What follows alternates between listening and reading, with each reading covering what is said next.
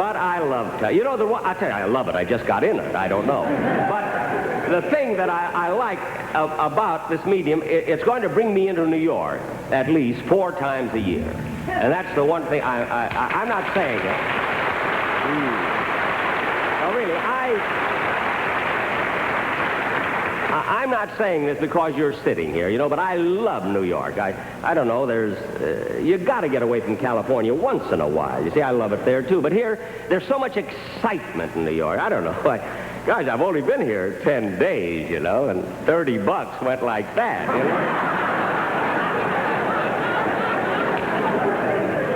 know. Next time I'm coming alone. Of course, I know what you're laughing at. You know, you probably listen to my radio program and you think that I'm stingy and miserly. And, of course, that is a character, ladies and gentlemen, that I assume... No, really, purely for your entertainment, because I'm not stingy or anything like that. Although I must say that while in New York, I do have to be a little bit careful about expenses. You see, as a matter of fact, right now I'm sort of roughing it. Here, I'm living in a modest place. I have a room overlooking the beautiful Sherry Netherlands Hotel. I thought it was better than paying the Sherry Netherlands prices and overlook the dump that I'm living in.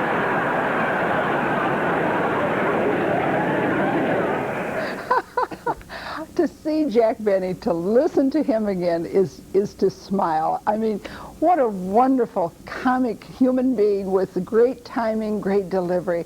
And today we're especially honored because his daughter, Joan Benny, is our guest. It is so neat to have you here. Why, thank you. You've written this book. Well, actually, your father. I think this is what's intriguing. Your father actually wrote his own autobiography. Right. It came into your hands a little later after his death. And you put in your own thoughts. So when we look in the book, we get his writings, and then we get some of your reflections.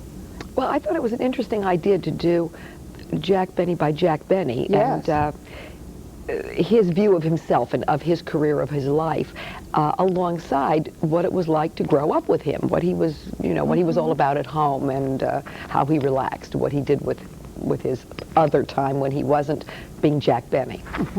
A lot of people, of course, you know, we hear so many Hollywood stories from children of stars, and some of them are horrific. Oh, yes.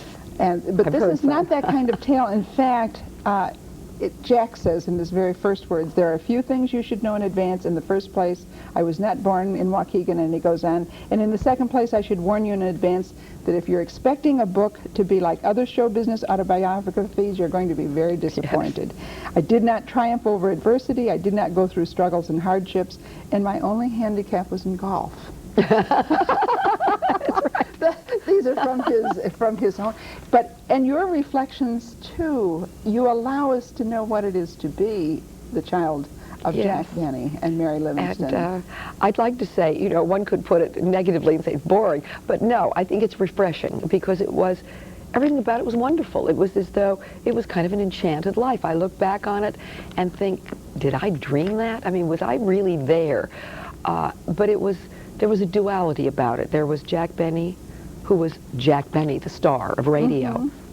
And I feel like, you know, I talk about him with the people, the great love the audience had for him and the public had for him, and what a genius he was at comedy. But I'm not talking about Daddy, I'm talking about Jack Benny. If I talked about Daddy, it would be bragging, you know, but I'm talking about Jack Benny. You really... Over here was Daddy. You really separated? Yes, I think I separated things all my life because there are two sides to this. There's two sides to most of my growing up. Our closest friends, for example, when I was very little, I remember who dropped in, and we dropped in on them, were Aunt Barbara and Uncle Bob. Well, Aunt Barbara and Uncle Bob were just what they were, Aunt Barbara and Uncle Bob. They were my parents' closest friends. I treated them as such over here. But the duality is that they were Barbara Stanwyck and Robert Taylor. And I knew they were movie stars, too. So in one way, they were friends, and in another way, they were Barbara Stanwyck in Double Indemnity and Robert Taylor in Waterloo Bridge. And I had their autographs, and I was as impressed as anyone. I mean, these were movie stars. Right. You know, to go through your book, I was just, when you talk about parties, and I'm just going to skip around in here a little bit, talking about parties, I mean, the list of the people who came to your parties, the Sinatras, the Van Johnsons, the Burns, of course, George, Stuart Granger, Dinah Shore, Jimmy Stewart, the Coopers, the Millans, E.G. Robinson. It goes on and on here. The Amicis, the Gable, Henry Fonda. Here you were, a little girl growing up in a kingdom that most children could only dream of. Right. And as I said, I look back in it and I think, you know, I remember it, but did I dream, you know, is it really true, or was it all in a dream? I remember watching these people come into the parties when my parents had New Year's Eve parties, and I would watch everybody coming in the front door, and my girlfriend and I, that was Sandy Burns, George Burns' daughter, and we would lie on our tummies on the landing and peer through the rails hoping we weren't seen, and compare the dresses the women were wearing. Oh, you know, we like this dress, we don't like that dress, and oh, look, and we were, as I said, just as impressed as anybody would be.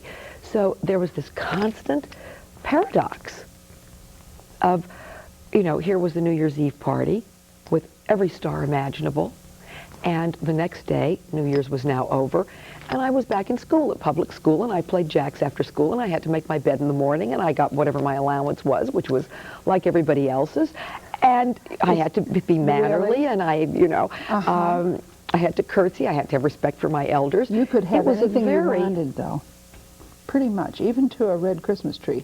You could, well, that's really... true. I'd forgotten about that. Oh, yes.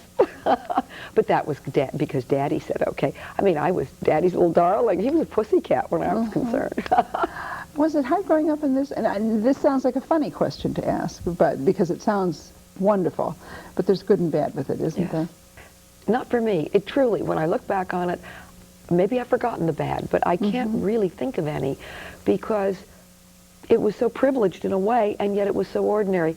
Had it been all privileged, had I been really spoiled totally, then I think it might have been very difficult for me in later years. And I was spoiled certainly in living in a lovely home. I was spoiled because, yes, I got my red Christmas tree. And there were privileges, of course, being with my father, signing autographs, the fact that people recognized him, and I basked in the glow of his celebrity. But my mother was very strict. I mean, I also had my feet on the ground. I knew that when I went to school that I wasn't going to get treated any particular way. I mean, I wasn't going to be specially treated by the teacher. If I didn't do well in class, I'd get a D or an F. I mean, she wasn't going to give me an A because I was Jack Benny's daughter. The other kids in school weren't going to like me because I was Jack Benny's daughter. I had to prove myself. I had to be me. Which you did. Oh, in spades, as they say.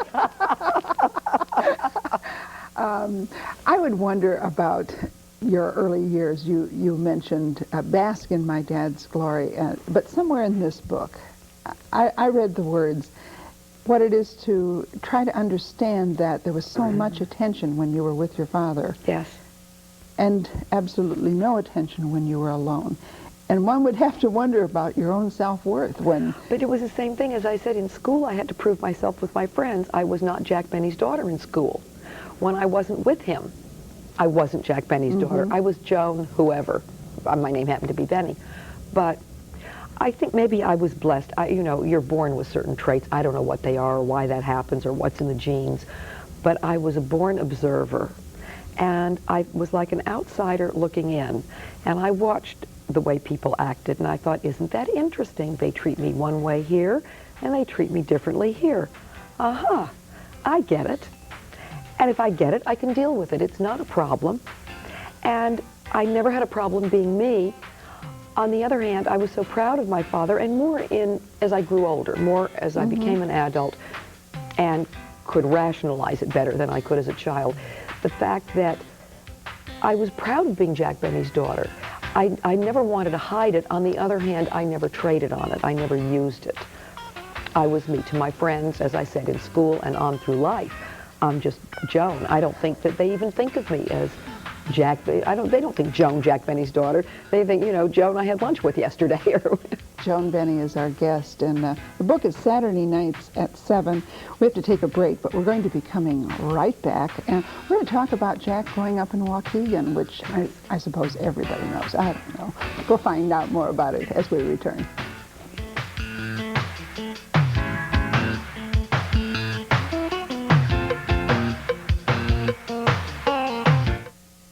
American Movie Classics proudly presents its exclusive original series, Salute to the States. Join AMC's own Bob Dorian as he journeys across the country to explore each state's unique contributions to our motion picture history. I can't believe it. Do you realize that my hand is exactly the same size as Clark Gable's? But for some reason or other, he always got the girl. This month, Bob goes on the road to Michigan, home of Charlton Heston. AMC salutes Michigan.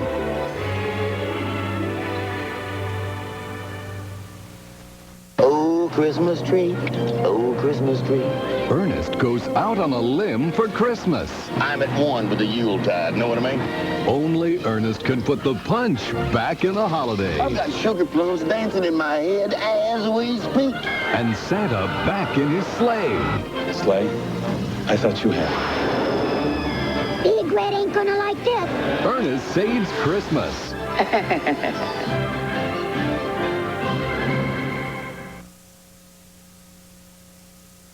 That I keep forgetting what comes on next. See? So, ladies and gentlemen, I do want to introduce next a fellow who has been with me for about... Pardon me a moment. Joe, move light number 5 a little to the left. He's getting too much shadow on his face. And another thing, don't shoot from that side camera. You can't take a profile. It makes him look lousy.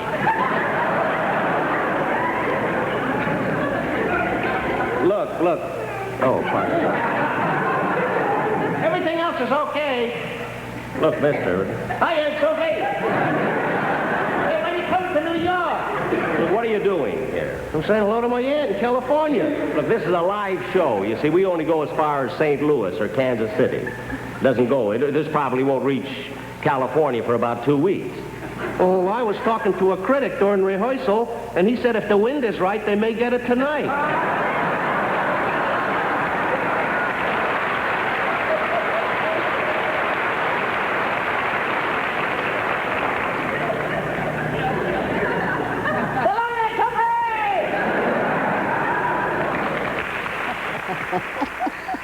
The Wonderful World of Jack Benny. And, of course, that was Mel Blanc. Yes. Our guest right now is Joan Benny, Jack's daughter, and she's brought us the book Sunday Nights at 7, which is her father's autobiography, and with her reflections included as well. We were talking, you just said, boy, Yes. you loved Mel Blanc. Just think you knew all these people Yeah. we were talking about. All the big cast names members. in Hollywood. Well, yes, but we were talking about Yeah. the cast members who, of course, I knew, but my favorite was Mel Blanc. And from the time I was a little girl, he had such patience. From the time I was a little girl, every time I saw him, it was, Mel, do Tweety Pie, Mel, do Bugs Bunny, Mel, do... And was he obliging? Oh, always, until the day he died. I saw him about 2 months before he died, and I walked up to their house, and I thought, now, Joan, come on, you're a middle-aged woman. You don't walk in and say, Mel, do Bugs Bunny. But it was so hard to resist. On a more serious note, we were talking a minute ago, and you really wanted to return to this point. Oh, because, yes, if I never learned my lesson as a child about celebrity or non-celebrity, I sure learned it as a teenager. When I was a kid, occasionally I'd go to premieres with my parents. And, you know, the Klieg lights and the bleachers and the fans, and the limousine pulls up, right, and the fans stick their head in the car and announce to the bleachers who is arriving. And four heads come in the car, and you hear, that's Jack Benny and Mary Livingston. Fade out, as they say in show business. Now, I'm a teenager, and I go with my date, who was like the captain of the football team, signed Hopeful. And we pull up to the same premiere, same heads, four heads come in the car, and you hear, that's nobody. Oh. So, I mean, there you are. But now, you know, not all young people growing up in Hollywood with parents who were stars took that in the same vein you did. Well, I mean, I guess it's my sense of humor, but, you know, here I am, nobody. Let's talk about Jack growing up in Waukegan, and he says that he wasn't born in Waukegan, and that's important to know, but he kept a long running, and it's really interesting in the book, especially because we're in this area. It's very exciting to read about his growing up in Waukegan, and he talks about addresses. I mean, he gives addresses and that sort of thing. The Marx brothers coming to Waukegan, things that most of us would really never know. But he kept a long-running identification with Waukegan and came back as the it was favorite his home. son. He was only not born there. He lived there all his life. His mother felt that it was an honor to be born in a big city. She was from the old country, and she thought to be born in a big city meant you were somebody. And so back then, Waukegan was a long way from Chicago in 1894, and she came all the way to Chicago just to give birth to him so that he would be born in a big city. But he did grow up in Waukegan. And it had, he went back, now I understand the junior high school is named. The proudest moment of his life. You know, he never graduated from high school. He was kicked out, actually. And the fact that they named a school after him was the proudest moment of his life. Getting kicked out of high school, as I was reading, this seems to be about the nastiest thing ever happened to Joan Benny. I think it was the only nasty thing. Well, no, followed by the fact, and I only found this out when I found this autobiography and read it for the first time. My father wasn't a man who reminisced, so he reminisced when he was with George Burns, and they talked about vaudeville. But Daddy always looked to the future.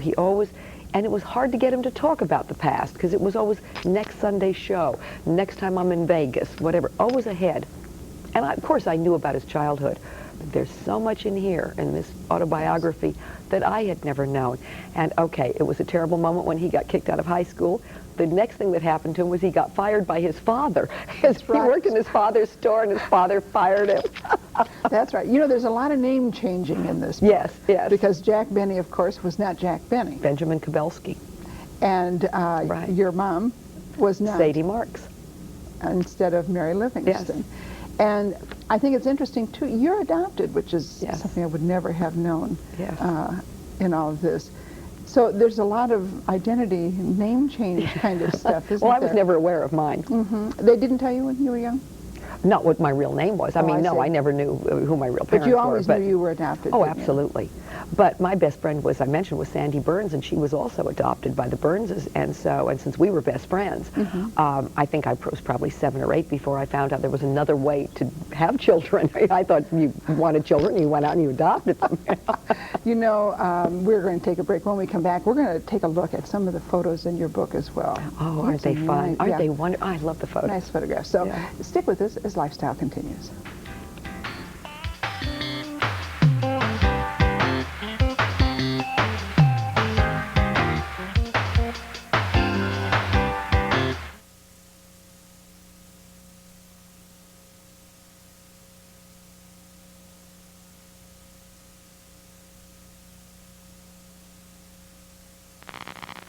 Beg your pardon? Preview Guide, your complete source for up-to-the-minute cable program listings. You were holding something back. Actually, it's an unprecedented opportunity to preview upcoming programs. Terrific. Get a glimpse of the future on Preview Guide. In the dangerous atmosphere of the Persian Gulf, there is one source where President Bush checks Saddam Hussein's next move, and Kuwait's royal family gets news from home, where families of servicemen learn about loved ones, and King Hussein turns to offer a resolution. The one source of information these people have is the source you have, CNN.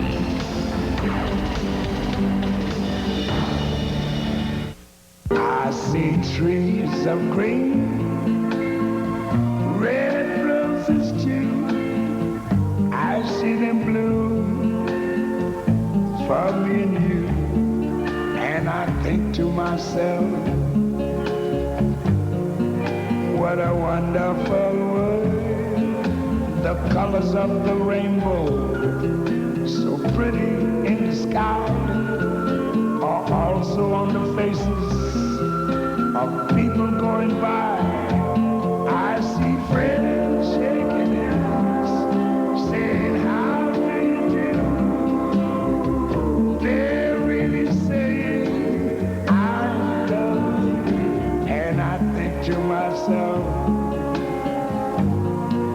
what a wonderful world.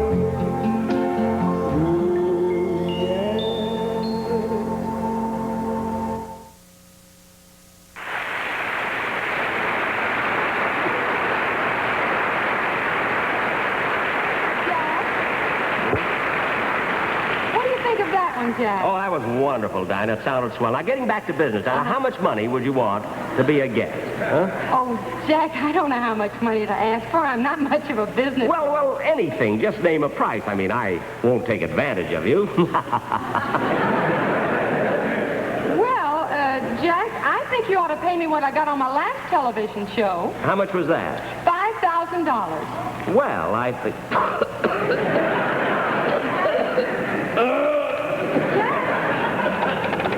Jack?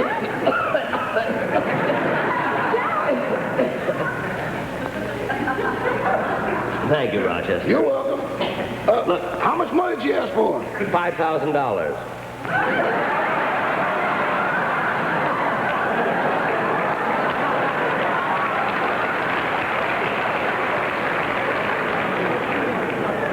Dinah. What happened, Jack? Look, I'm all right. I'm all right now, Dinah. But look at. Let's do this in a business-like way. I think 5,000 is too much. Now I could go as high. Your time is up.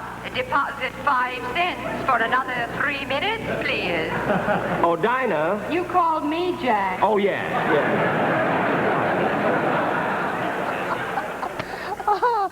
Isn't this what Joan Benny is watching? You're watching your dad, and you don't tire of this? Well, I haven't seen this in years. It's wonderful. That's fun. It really is fun. This, again, was from the very first show, and Joan Benny is here because she has written a book with her father, who actually left the manuscript Sunday nights at 7, and it's a book that's out and everywhere for this holiday season, which is very nice. We heard it's in the 3rd printing. I thought that was so exciting. I hadn't heard that, but nobody tells me anything. Well, you know what? We have a book or two here that we could give away, so if someone would like to give us a call here, we'll be happy to do that. If you're a Jack Benny lover, call in. We'll talk to you for a second, 530-8386, and we'll be happy to send a book. And maybe you're going to fly out of here in a minute, but maybe you'd even autograph just your name inside for whoever gets these books. That's wonderful. What's not in the book? There's lots of fun things in here. There's one story which is not anything particularly, but I somehow, now it may be, I have a feeling I left it out. The time my father went to the White House and he was carrying his violin case, he was going to see Harry Truman. And he was carrying his violin case and the security guard stopped him and said, "Mr. Benny, what's in that case?" And my father, for a joke, said, "It's a shotgun." And the guard said, "Oh, thank heavens, we thought it might be your violin." Oh, that's And I think wonderful. I forgot that story, and I love that. I love that anecdote, and I think I forgot to put it in. Oh, that's great. Let's take a phone call. Hello, welcome to Lifestyle. You're on the air. Hello. Not hearing. Well, as soon as you get it connected. I'm sure it's someone who'd like to have this book Sunday nights at 7, and we're happy to be able to send it on and send it along to you. I do have one thing to say about him that I think is kind of interesting, because you think of him as being that kind of amble, and as I said, there's nothing salacious in the book, and he lived such a nice life with, one woman. Is that all true? And, for 44 years. If it's not, he was very discreet. What can I tell you? But when he was young, George Burns has told me the most wonderful stories that very few people remember Phil Baker. He was in vaudeville, he was then on radio. According to George Burns, Phil Baker and my father were the 2 handsomest men in vaudeville, and they used to follow each other on the Orpheum circuit. And they would write down the phone numbers on the dressing room mirror, "Call Jane," and it would go across the country. They would leave the numbers. Apparently, my father left a path of broken hearts and a sweat. Some of this I got in this book. And I mean, I was surprised, because somehow you think of Daddy as being kind of, very sweet. But I never knew. According to George, he had a lady in every port. Certainly dapper. Was he much at home as he was on air? I mean, were there 2 Jack Bennys? No. I think the audience sensed that he was a nice man, and he was a nice man at home. No, he wasn't a miser, of course, but he was that same easygoing, a little bit put upon. Of course, George Burns always played those terrible tricks on him, of course, and he was always laughing. He was, on the crypt, there's one sentence on his crypt at the cemetery, and it kind of sums him up. It says, "Here lies a gentle man." Isn't that nice? Yes, it is. You were the center of his world, really. Some of the pictures in the book reflect that. And let's take a look at them for just a minute, because here we see A young Joan Benny. Oh, at the piano. Yes. A little cooking here. A little cooking. That was posed. I don't think I cooked then. But I did play the piano. We actually played violin-piano duets. Oh, did you really? Yeah. This and is early nice... George and Gracie. And that's my first child, my father's first grandson, entertaining him. Do you pick up that sense of humor? Is there an osmosis kind of thing when you're with someone who has the sense of humor that he had? I think you couldn't have lived in the Benny household and not had a sense of humor. It wouldn't have worked. So it came to you that... I'm going to take a phone call. Hi, welcome to Lifestyle. You're on the air. Hello. Hi, who is this? This is Diane from Elmhurst. Yeah, Diane. And I was just calling to tell Joan Benny how much we loved her father. He brought such joy to my folks who were from the old country, and we would sit and listen to him. That was our treat. Mother would bake, and then we would listen to him, and just listening to her talk, I can smell the baking, I can remember the laughter, and he was wonderful. We just followed him through his whole career. Oh, isn't that nice? That's so nice. Thank you. Well, That's listen, so nice. would you like to have one of these books? Oh, yes. I mean, thank you so much. I'm overwhelmed just to talk to her and tell her how much we loved him. Isn't that... You hear that everywhere. I'd be happy to autograph that. That would be lovely. I know she'd like that. I know she'd like that. We'll do it as soon as we go off camera. All right, Pat. Thank you very much. Thank you very much for joining us. You must hear that. I do. I do hear that a lot. And every time. I mean, it never gets tiring because, as I said, there's this kind of love that people had for him. And I can't get tired of hearing it. And it's, I'm very proud of being Jack Benny's daughter. Of course you are. It doesn't interfere with being Joan Benny. Not at all. Not at all. Because, as I said, it's not something one trades on or one uses. But it's, you know, he was my father. He was a wonderful man. Our time is almost up together. You got any secrets? I'm sorry, too. Do I have any secrets? Yeah, you got any secrets? Well, I don't know you well enough yet. Yes, you do. If you've got a good secret that you want to share. I really wish I did. But I can't, I mean, I can't think of anything right this minute at the last minute, and I've got to come up with something right now. Okay. A secret. Okay. Then we'll just say that we've enjoyed our visit very, very much. Thank you for being our guest, Joan Benny. It's been a great pleasure. And no wonder you were the center of your dad's eye. Oh, aren't you nice? You're a nice lady. And Thank we've you. enjoyed, and I want you to stay on with us now. Joan's going to be flying out of town, but Chuck Schaden is our guest, and we always enjoy him. So stay on. This Lifestyle continues. Ladies and gentlemen, our time is nearly up, and I don't believe you'd want to leave without hearing my theme song, Love in Blue. Thank you, if you please.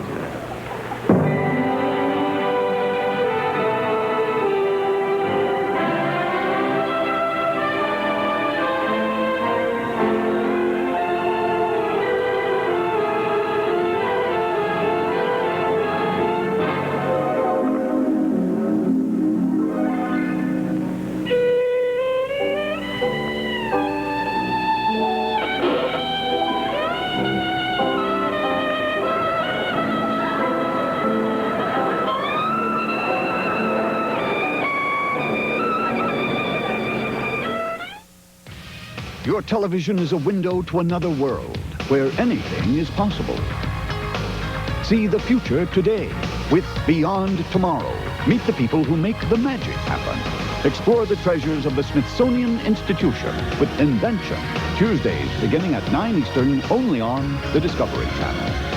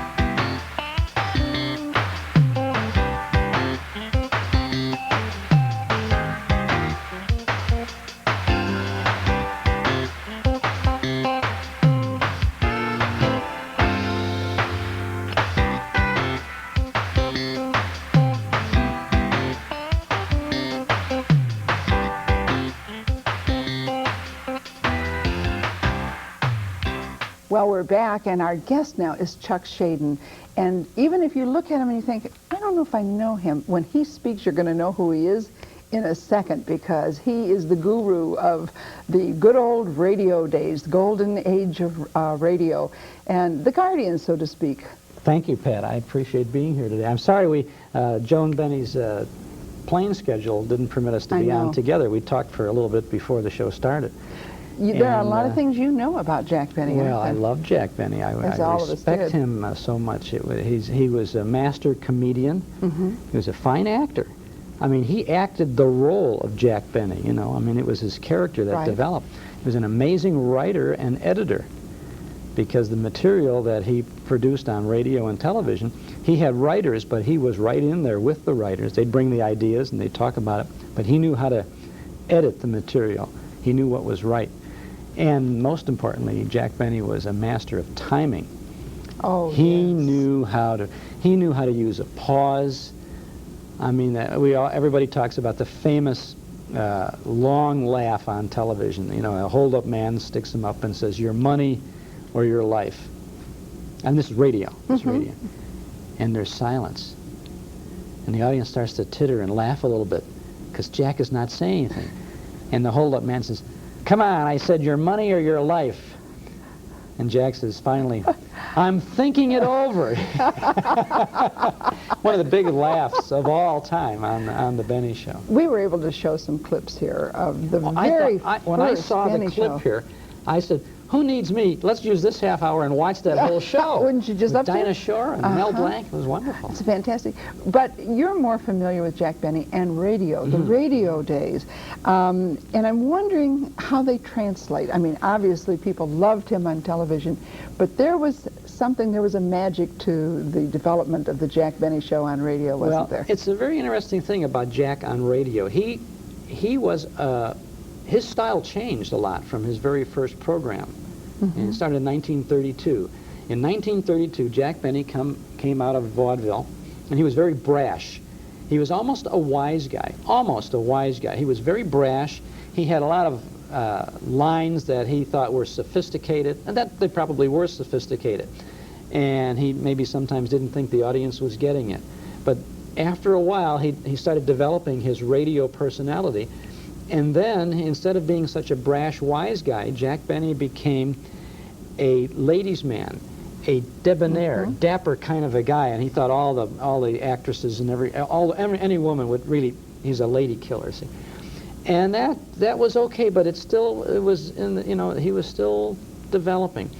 And then eventually he hit on, in many cases almost by accident, the character of being a little tight, a little stingy. I was interested in that vain, in the book. Yeah. It really describes a lot of how his own character developed and how the other characters, the Mel Blanc character, Mr. Kitzel, all the other characters who came along, how they, by accident, not really by design so much. Well, you know, Rochester, for example. Eddie Anderson was a vaudevillian, and he was in show business, and he was a singer and a dancer. And they hired him to be a porter on a Pullman train, on a radio sketch on the Benny Show. And they auditioned a lot of actors, but they loved his voice. It was that gravelly, "Yes, Mr. Benny," you know, that gravelly voice. Oh, you do imitations. Oh, I was very little. And so they got Eddie Anderson to do this role. They liked him. Jack listened and liked that. And they kind of got good reaction from the public on that. So they brought him back for another time, and finally he became Jack's man about the house, his valet, and his cook and everything, you know, his chauffeur the works. And Rochester, then was Rochester Van Jones was the name he used, and he stayed with the Benny Show all the way to the end of the radio days, into the television days. And interestingly enough, for those days, Jack treated Rochester, a black man, with a great deal of respect. And in many cases, that was not typical in those days. And in so many cases, Rochester would get the better of Jack Benny. But of course, that was Benny's personality. All the people who surrounded Jack got the better of Jack Benny. I mean, Phil Harris and Dennis Day and Mary Livingston and all those other characters. I mean, Jack couldn't go into a department store without running into Frank Nelson. Yes, you know, the floor walker. And he, well, who do you think I am? You know, he would do that sort of thing. And Mel Blanc, he would always get the best of Jack Benny. It's interesting that you were just doing some imitations here, but there were so many sound effects used in radio. And I was intrigued as I was reading the book that actually the old Maxwell that Rochester would drive, the old Maxwell, the sound was actually done by Mel Blanc. Well, they started out using the regular sound effects for an automobile, which was a sound effects recording, you know, and maybe they had something to give you like an ignition, you know. And it wasn't enough. It did not typically describe what Jack's car was, because it was really a beat-up, old wreck of a car. So Mel started coming in there, and he started coughing and screaming and sputtering and choking and wheezing and hacking and all this stuff. Now that Maxwell really came to life. When they went to television, they said, this is going to be terrific. We get a Maxwell. And they went out and they got a beautiful old Maxwell, and an antique auto, and they brought this Maxwell out. And it was beautiful, but it just sat there. It didn't rock and roll. Not everything would translate to television. The vault did not do well. That's right. Jack Benny would go sound beneath effects. his house. He'd go down those stone steps. He'd walk over to the moat, you know, filled with water, and the alligator is snapping. And he'd pull the drawbridge, and the moat, you know, the bridge would come down. And then he'd walk over, and then he'd turn the knob, and then the sirens would go off, and the vault would open. And they tried to do this on television, and they built a set. And it looked like a set. It looked fake. It wasn't Jack Benny's vault. So it was too good a gag not to use on TV. So what they did finally, they had a sliding panel in Jack's living room, which would be the passageway down to the vault. And the camera's there, and the audience in the studio was there, and we at home are watching. The panel slides open. Jack says, I'm going down to my vault. And he would disappear, and the camera would stay frozen on that spot. And then all the radio sound effects that they used would take place in there off camera. And that still was funny. That was funny. That was funny. Well, what was good about that was that it froze on there. See, we froze the picture, so that was good. We have to take a break, but we're going to be coming back. And I want to talk about the role of radio, imagination, and a lot of the people that you have interviewed. So we're coming back. Chuck Schaden is our guest. Our number is 530-8386. You may join us.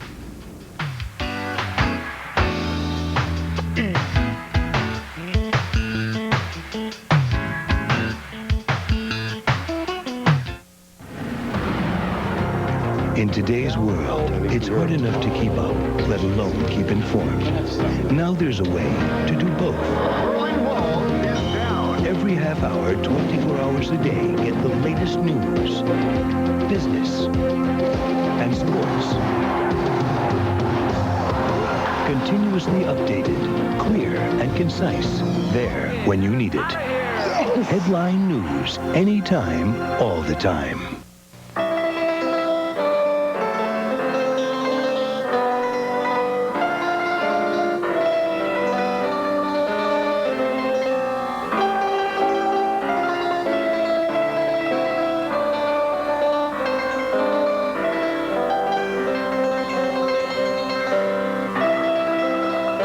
Film that catapulted Rudolph Valentino to stardom, The Sheik.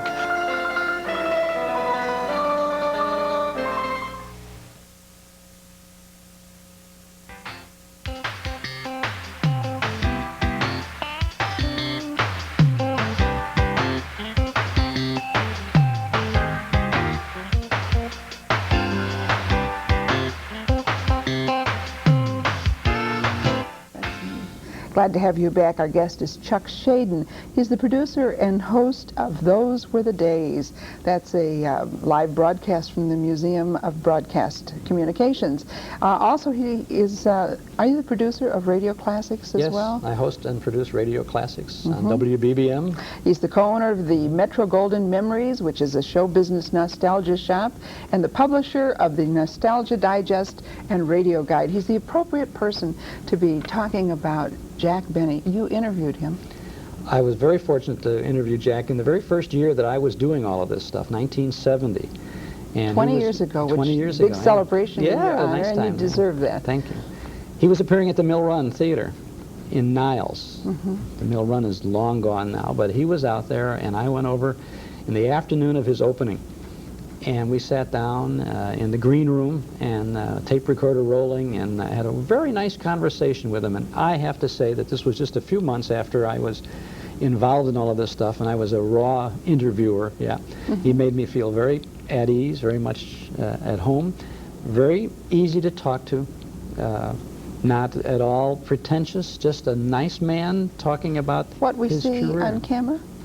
No, well, yeah, sure. What you see, he was a little more relaxed. He was a little, he was a little more scrunched down, and he was smoking a cigar, you know.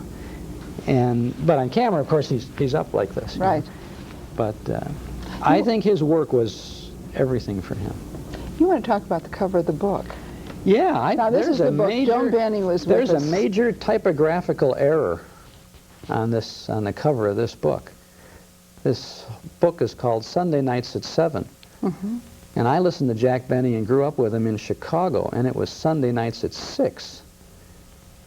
So he was on at 6 o'clock Chicago time, 7 o'clock in the East and 7 o'clock in the West. So in New York and Hollywood, there's no typographical error, but for Chicago, it's a typo.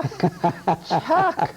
Oh no, just picking it, little nitpicking here, huh? Well, I always know that Jack was on at 6 o'clock in Chicago because that was we had our main meal as a family at 1 o'clock in the afternoon. And Sunday night, it was every man for himself, you know, snack time. Take some food out of the kitchen, out of the refrigerator, leftovers. Right. Actually, it was the first carry-out dinner. We carried it out of the kitchen and into the living room. And at about 6 o'clock, you know, when that Lucky Strike program went on the air, that was Jack Benny. And amazing thing about Jack Benny, then and now, the whole family could listen together. It was not beyond the comprehension of the kids listening, and it was not beneath the intelligence of the adults listening. You know, he hit them all. I thought it was very interesting as we were playing some of these clips. Even before we went on air, they were being played in the control room, and then, of course, during the production here, they've been playing out. And a lot of the young people who really wouldn't know Jack Benny that much were really enjoying the material. And in fact, I even heard Maggie back here laughing out loud, you know, enjoying the material that was coming on air. What is this? I mean, can this translate from the 30s, 40s? Can that same material? It does. It does. Basically, and most importantly, it's good. It's good writing. It's good delivery. And it is almost timeless. Most of that stuff is not dated, especially the radio shows. The TV shows are a little dated just because of the technique of what you see, the black and white and the costumes and all that, but the radio is not dated at all. And I can attest to that because I broadcast the Jack Benny radio shows frequently on my nighttime show on WBBM and on my Saturday afternoon program on WNIB. And I get people of all ages listening to this. I get young kids coming up to me, 8- and 9-year-old kids telling me they listen, you know, the parents will say, tell Chuck, tell Mr. Schaden that you listen to the show. Oh yeah. I said, what do you like best? Jack Benny. I like Jack Benny. I said, what do you like? Oh, I like that Maxwell, you know. Or I like the Psy, you know, the routine he did with Mel Blanc. Psy. What's your name? Psy, you know. Is that Psy is you see, you know, all that sort of thing. And it really works. So it's perfect. It holds up today, and so people can get into it today and entertain them. A lot of the shows, radio shows, translate well, don't they? Many of them do. Fibber McGee and Molly do. And I think a lot of the mysteries do. In fact, young people will get hooked on the mysteries before they get hooked on the comedies. As far as my experience with old-time radio is concerned. Boy, you give us a good inner sanctum mystery, you know, or lights out. Turn out those lights and open that creaking door of the inner sanctum. The magic here is imagination. I know you like to say that, and I think we all realize it. You say that radio is active in that it's a very intimate, personal thing. It brings us in. We're a part of it. And that maybe television is more passive. We watch. Well, television is a spectator sport. Radio, you know, you participate in that. You're right there. Because the radio, as we're discussing here, the vintage radio shows, the drama, the comedy, the mystery, you have to participate. You have to bring to it your imagination. You have to provide the pictures. Now, the performers and the producers, they provide the sounds. They provide the dialogue. They provide the musical bridges. They provide the sound effects, you know, the black sedan driving off into the distance. But you decide whether that sedan is a Chevy or a Ford or whatever it should be. You costume the actors. You decorate the sets. Your hero can be as tall and as strong and as virile as you want him to be, and the heroine can be as soft and as blonde, as beautiful as you want her to be. And another good thing, difference between radio and television and radio and the movies is the fact that the violence level is only what you can stand. Bang, bang, 2 shots ring out in a radio program. Oh! Boom. Body falls down. If you want blood to come gushing out of that body, you got to conjure that up in your mind, you know? If you want to see the guy writhing in pain, you have to provide that. You may not want to see that. You watch a movie on the big screen and, you know, the guy's being blown away and a big hole comes gaping out of his chest and everything comes flying out. You may not want to see that. But you don't have a choice, except maybe to close your eyes. But with radio, you know. I was surprised to learn that Chicago was producing so many of the radio shows that we really loved. Captain Midnight, for example, Amos and Andy. I didn't realize that was done here. Little Orphan Annie, I heard that on one of your last shows last weekend, I guess. Ma Perkins was done right in Chicago. All these. The first Nighter program came out of here. Fibber McGee and Molly came out of here. We had the Quiz Kids were Chicago broadcast. One of the longest running of all the radio shows, the biggest of them all, was Don McNeil's Breakfast Club, came out of Chicago all those years. Isn't that amazing? And that's not so many years ago. Well, it was in the 30s. It was Chicago was a real mecca for radio production in the 1930s. And then as the 40s came in, and then after the war, then they all moved to either coast, the West Coast or the East Coast. I certainly could understand them moving to the East Coast, or rather the West Coast, because of the opportunities in motion pictures for a lot of the radio performers. Don Amici was in Chicago doing his radio work, and then boom, he moved out to the West Coast and became a big motion picture star. The East Coast, there were not as many opportunities for performers on the East Coast, but the advertising agencies all wanted to be on the East Coast because those guys all wanted to go to the Broadway shows and that sort of thing. So eventually they kind of separated, and some of the quality things stayed in Chicago for many, many years, but unfortunately other programs left. I mean, quality programs left as well. But well, I know that you have a lot of insight and you've talked to a lot of the people who were in the area who were on those shows too. But I want to come back and find out what are some of our favorite shows. You can call in if you'd like. If you've got a favorite, did you always run home for one show in particular, or was it Let's Pretend? Let's hear from you. 530-8386, and we're coming right back.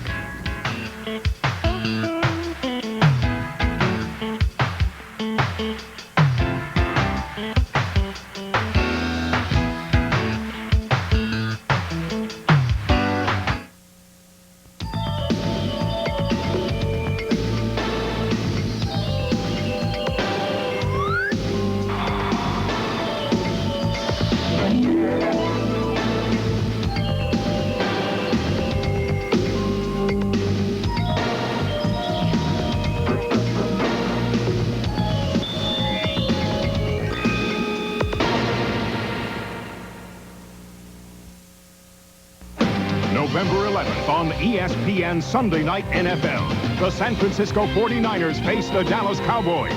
The San Francisco 49ers, the world champions, drive toward their third consecutive title, led by perhaps the most awesome offense ever. The Dallas Cowboys have upset on their mind as they strive to regain the title of America's team. The 49ers face the Cowboys coming November 11th at 8 Eastern, live on ESPN Sunday Night NFL.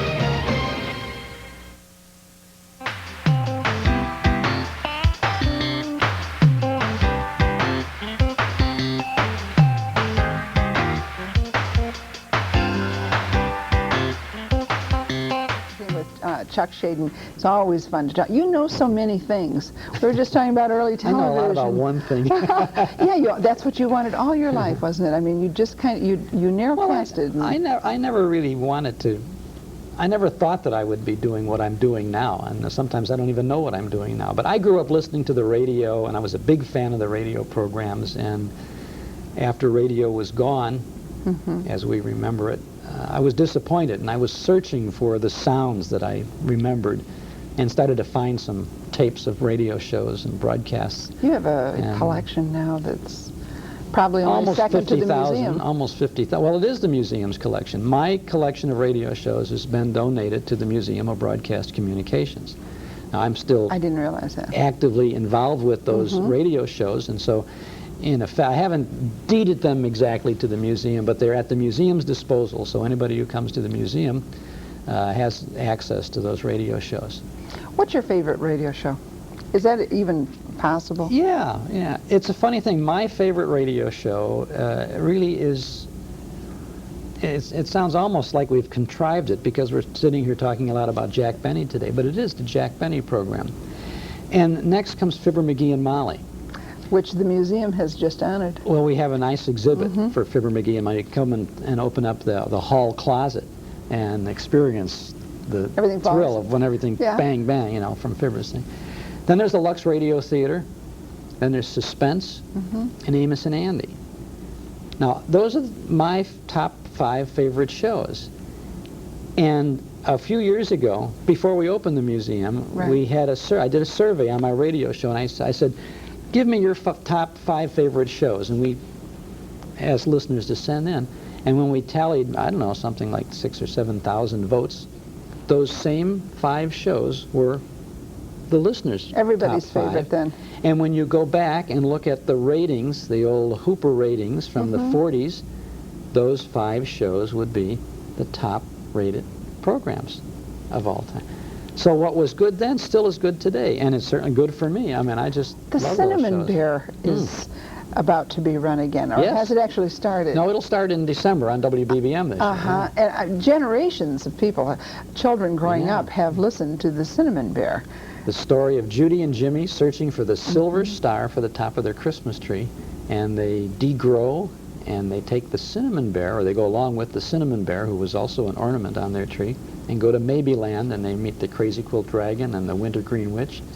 26 episodes every year, somewhere between Thanksgiving and Christmas. You know, someone's watching right now, and you haven't introduced your children to Patio Cinnamon. You might want to do that this season because it's a lovely tradition, isn't it? And tapes, incidentally, a little plug, tapes of the whole series are available at our Metro Golden Memory Shop, too. Well, in fact, I do want to be able to give you some information here. The Metro Golden Memory Shop, if you would like to get down there, because you have all kinds of neat things. I mean, you've got the Falcon. The Maltese Falcon, yes. We have the Oscar look-alike. We have Little Nipper, the RCA dog, you know. And lots of autographed photographs of stars and celebrities, and there's I think we really do have the largest selection of vintage classic movies on videotape for sale or rent. Great, you know, you won't find the latest movie that has come out, but you will find all the great old movies. You know? Well, let me give you, because Christmas is coming, you may have someone, boy, this would be right up their alley.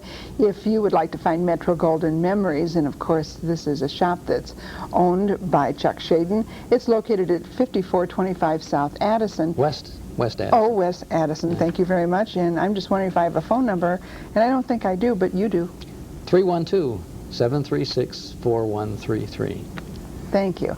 And if you'd like, you can repeat. Oh, yeah, that's great. It's up there. That's fine. Oh, good. Yeah, because people look for this kind of thing and they don't know where to go for it. But also, the Museum of Broadcast Communications now is also a great source of not just going back to find the past, to go down and visit even for one of your shows, because you have a live show down there on Saturdays. Every Saturday at 1, right?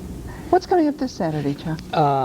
Well, I'll tell you, this Saturday is the Saturday before Thanksgiving, and we were planning to do a whole 4 hours of Thanksgiving broadcast from the past, but when we learned yesterday of the death of Eve Arden, our Miss Brooks, who had a great career in radio and into television, we've decided to preempt everything we were planned for this Saturday, and we're going to do a 4-hour tribute to Eve Arden, and part of that will be a conversation that I had with her a number of years ago. We had the opportunity to visit with her and interview with her. And so we're going to play that too. So we'll have a couple of our Miss Brooks broadcasts. And we'll Can have a anyone Danny Kaye come show. down for this? How does that work? Museum is open to the public, and all you have to do is come down. You can, the suggested donation for admission for adults is $3, and you can see the Fibber McGee exhibit, and Edgar Bergen's Charlie McCarthy and Mortimer Snerd are there. You can participate in a news set. You can go down there and we give you the teleprompter and the script and everything. You can do 15 minutes of fame. Do your own news show? Yeah, do your own news. And have it taped. And have it taped. Watch the tape. If you want, you can even buy it. And somewhere along the line, stop over to the Pierre Andre Memorial Studio where we are broadcasting live, and we'll say hello, and you can sit in for a little bit. What a nice day. Have you been down to that museum yet? That is the Museum of Broadcast Communications, and it's located on Wells, 800 South Wells Street, and the phone there is? 312-987-1500. In case you'd like a little more information about time or anything else. But I can't thank you enough, Chuck. I enjoy hearing you on the radio, and I know lots of folks who listen to you and enjoy listening to the good old days, the golden days of radio. Well, it's always a pleasure to be here with you. Thank you, Chuck. Thank you. Thank you very much. My pleasure. Thank you for joining us again today on Lifestyle, and we'll see you again tomorrow. Bye-bye.